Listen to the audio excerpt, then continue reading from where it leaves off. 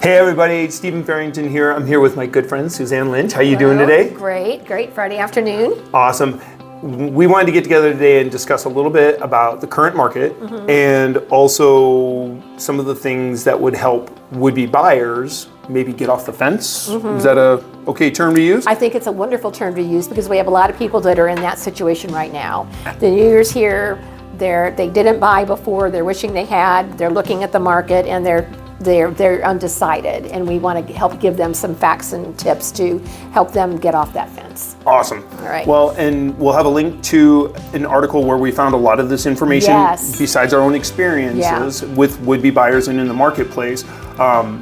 From NerdWallet, that does an annual survey of would-be buyers and kind of their plans going forward. And we've picked out the top 4 things that would-be buyers are using or planning to make a home more affordable or obtainable in 2023. Right. So hopefully this will help some of our buyers or people that are watching get off that fence. And it'll help us educate people as to that. Yes, that's we could perfect. learn a little something too, maybe. Yes, we can. Always can learn. All dogs can learn new tricks. That's great. Well, and the number one thing that was on there, which I always find amazing in a 20-plus year career, is they're increasing their amount saved for the down payment. Now, the thing that we usually find is that what buyers think is required and what actually is required is way off. Well, and when they're not thinking that correctly right now, it's putting off that decision because they don't think they have enough to put down. Right. So it's keeping them on the fence as opposed to realizing we don't have to have as much down as we think we do. And it still amazes me, and it comes out every year, but would-be homebuyers surveyed, it's usually between 50-60% of would-be homebuyers believe that they need 20% of the purchase price for down payment or more before they can successfully buy a home. And we've multiple videos, multiple times we've mentioned it, but just so you know that 3 to 5% of the purchase price is the usual required minimum down payment to buy a home in today's market. So can you get a conventional loan with 3% down? You can. Yeah, that's what I thought. Yeah, Between 3 and 5% for conventional. Okay. FHA minimum is 3.5%. Right. Depending on your FICO score. Of course, you dip below 580, it can get a little bit higher. Right. VA requires 0 down payment. Right. And even in 2022, the median down payment for homes purchased was 13%. So again, 7 to 10% less than what people think that they need. Right. So the median down payment in all of 2022 across the U.S. was 13% of the purchase price for down payment. So that means there were some lower than that and some higher. Absolutely. So you had probably a lot of people trying to come in at just 3% then. Absolutely, Yeah. and Okay. it's a great tool. Sure. I mean, Fannie and Freddie created the 3% down payment tool for first-time home buyers, and you don't really have to be a first-time home buyer, so you call a professional to talk about it. But that 3% down payment, because they were jealous because all the first-time home buyers were going to FHA because they only required 3.5% for a down payment, they didn't have the full 5%. So again, 20% not the requirement. So if you're saving for 20% more before you get off the fence and get into the market, we're here to tell you you don't have to. Great. And I think the best way to determine that is to talk to someone like yourself, a professional, and say, okay, here's what I've got. What can I do? And what can I do ASAP? So good. Okay. All right. Awesome. Excellent. And here's a little tip, and I pulled this right from the article, is that first-time homebuyers should be alert to the opportunities even as they continue to save up for down payment. Sure. Because if you are saving because you absolutely need to have 10 or 15 or 20% down, because that's just your goal. It's great to have a savings goal, but we don't want you to miss an opportunity in the marketplace while you're waiting for that to happen. Because if you wait until you have that full 10, 15, 20% down saved and then get pre-approved and look for a home, you could miss on a window of opportunities.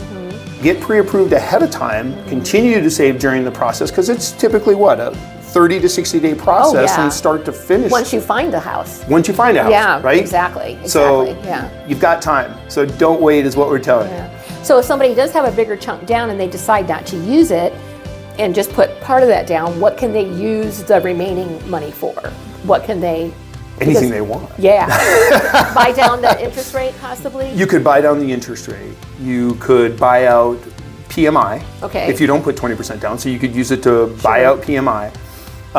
You could actually utilize the funds, and you probably have more experiences than I do, but utilize some of that money saved to do some improvements, change some paint color, Yes. put in different flooring, Yeah. put in cabinet hardware, rather than going out and financing it at 10 to 15 to 20% APR on a credit card or in-store financing. The big box retailers, what Right. they charge for it. So Right. we'd rather see you pay cash for those types of things Sure. than finance it. So Sure. yeah, buy down the interest rate, eliminate the PMI with a buyout, and then of course, instead of financing those needs, wants, new furniture, whatever it may be, pay cash for it. Perfect. Okay. Well, what about the thought then of people thinking, well, I'm going to move into maybe a more affordable area because what I'm looking for isn't available in the area that I want it to be, and so I need to maybe have some flexibility. Yeah, I definitely think that that's something, and that was number 2. Yep, is that was moving number 2, to a different area or a more affordable area based off of price points, and I would lean on you for that. But a lot of times people have this ideal area, like maybe they want to live in. I only want to live in Gilbert. When they first meet you, like I only want to see homes in Gilbert. Everybody wants to live in Gilbert. Yeah. I live in Gilbert. I can see Yeah. why. No, but there are fantastic homes outside of that, and maybe. Home prices and the possible inventory of those homes may be just outside of that desired area, city, town. Could you talk more about that maybe? Yeah, we talked about a couple that we helped buy first-time homebuyers last year. You and I worked together. You Yep. did the lending and I helped them buy. They were lifetime renters. Yes. And they were determined to buy, which I so admired, but they wanted in Mesa. Oh, that's And right. yeah, and we looked in Mesa for what they wanted at the price they wanted, and it was literally non-existent. And so we said, well, let's look at Santan Valley, Maricopa, let's look at some of the more outlying areas. Kind of opened up their scope. And there were like 70 homes available versus like 0. So we started talking about, let's look at different locations. Right. And we ended up buying a great property for them. 2-story, priced well. It was exactly what they needed. It was outside of the location they wanted, but having lived here 40 plus years and doing real estate for 20, those outlying areas aren't as outlying as they used to be. No. And the infrastructure, the roads, the traffic flow has improved so much. So what people used to kind of almost think negatively about some of the southeast and Maricopa and all that area isn't holding true over the years as much. And so if you're, and you get used to that commute and it becomes a natural thing. So a lot of times we might steer people, guide people into areas that maybe it wasn't their first thought. Well, when I initially, and I'll just share my own personal story, when my wife and I initially moved to way out Southeast Valley, right at the edge of Gilbert and Queen Creek, Power and Germain, feel free to stop by. But back in, 15 years ago, in 2008, that was out there. When our realtor took us out there, I was like, where the heck are we going? We stopped and got me a snack and a drink because I was like, what are we doing out here? And I worked in North Scottsdale at the time. But once I got used to the commute, and that was a heck of a lot more of a commute than other people may experience if they work in the East Valley. But once I got used to it and I worked it into my schedule, and then all of a sudden what we've seen over the first 3 to 5 years and then 10 years and now 15 years later, the area has just grown up around us. And it's just changed. And the same thing's happening in some of those areas like Queen Creek and Santan Valley. And we go out there now and see my daughter's friends for play dates or birthday parties and stuff. And I'm like, oh, there's a Costco out here now. Oh, there's car dealerships out here now. I don't even recognize Santan Valley anymore when I drive down there. It's nothing like what it was when I started in real estate. Yeah. And our buyers, initially, that's what they wanted. I remember that. I remember the Padillas, right? Yep. And they just had their 1 month anniversary in the home and they couldn't be happier. Oh, they love it. Yeah. So, and so the commute's working out great. So great. Excellent. Great. So we've got increasing the amount for down payment, moving possibly to a more affordable area. Right. Number 3 on the list was the one that we hear most often, which I'm surprised it wasn't number 1, was waiting for mortgage rates to fall. Wow. The question for me always becomes, how low do they need to be for you to jump back into the game? I mean, where do they have to go? Because and it's the people that woulda, coulda, shoulda. We should have bought last spring. We didn't, and you can't change that. So now I think it's just helping them put the best face on what they can do now. Right. And I was just with some buyers this morning. I called you and I explained to them, people can come with a budget of what they want to spend per month. And then based on today's rates, you can then show them what they can afford. Correct. And how the best way to go forward. So it's not like okay, that interest rate has to be exactly this. It's what does my budget allow me to get at this time based on the interest rate. Absolutely. And I love being able to do that. Yeah. So awesome. And just so people know, rates are improving. Yes. I mean, we experienced like the highs were late October, early November. Average U.S. 30-year fixed rate was 7.375%. So 7 3/8. We're now in the low sixes for an average U.S. interest rate, 30-year fixed. So almost a whole point down.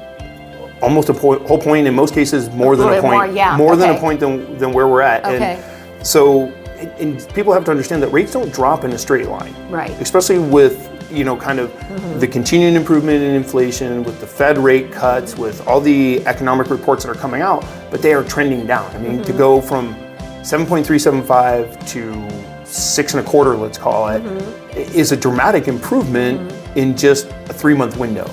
And I think that trend's going to continue, again, not in a straight line, but that trend's going to continue as we progress into 2023. And we talk about it all the time in our meetings. And just think, I always try to put it in, I like data, I like numbers, finance guy, weird. But right now, let's just say the average 30-year fixed rate is 6 1/4. And you're like, you know what, Steve, I'm gonna wait till it's in the 5s. Okay, well, maybe we can buy it into the 5s, but let's just say you're gonna wait, because I wanna see it at 5.75 before I jump in.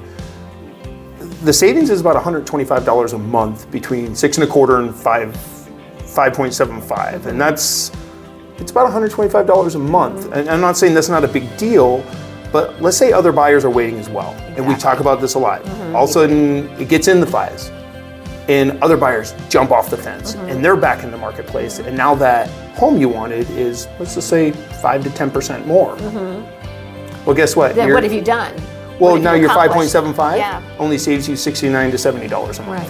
Well, and the thing is, too, we're seeing our inventory has decreased about 20% since mid-fall.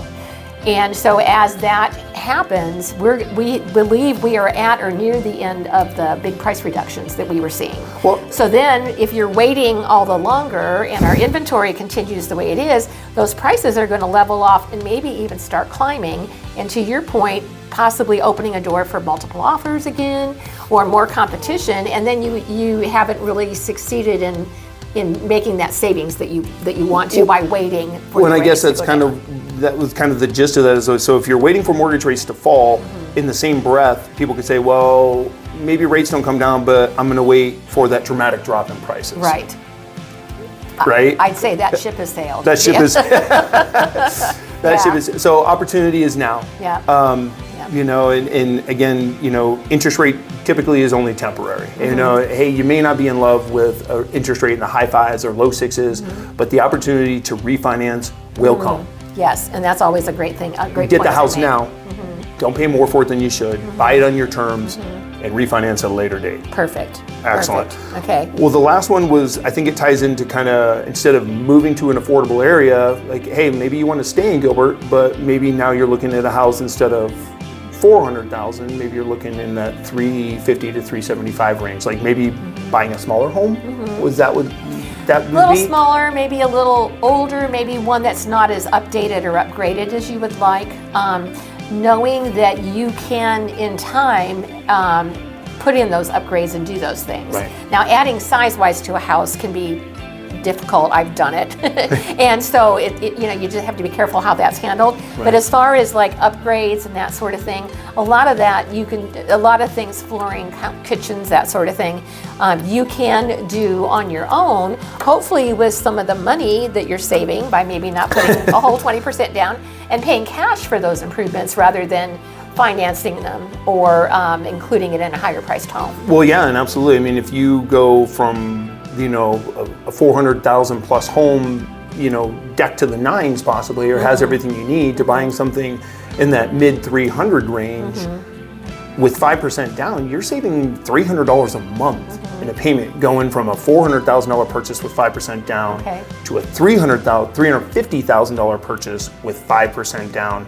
That mortgage is $300 a month less on that $50,000 price difference. That's a significant chunk of change. That's a big chunk of change, and plus then your down payment, your cost, everything else is lower, so then maybe it's not as updated, maybe it's not as upgraded, and now you've got those funds to put into. Plus you can personalize it the way you want it. You can put the kitchen in that you want. You can put the flooring in that you want.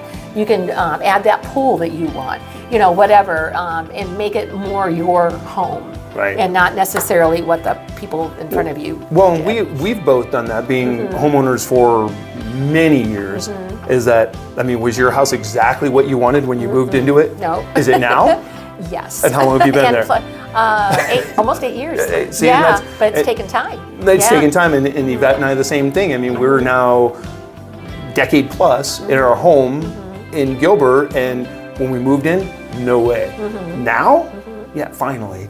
And not all people can see that. And showing homes to buyers for over 20 years, some people are better at envisioning what they can do. Okay. Some people need it done because they can't picture doing it themselves. So I always try and encourage people to think about what you could do. Think about how you could put your personal stamp on this, how you can make it the way you want it to. And then we have resources we can share with people too. We have Hub Home Services. We have people that can come in and even give you quotes for, okay, here's the kitchen I want, here's what it is now, what can I do in the future to make it mine? Well, as a professional realtor that has those trades relationships, Hub Home Services, plus tradespeople. You had an appliance repair guy for me during the holidays, and you texted me his number. So again, it's having that true professional, that trusted individual that maybe has those tradespeople, because it can be daunting to do it yourself. I can't lay tile, but I can't either. But I found somebody that could, and they did a fantastic job. Yeah. So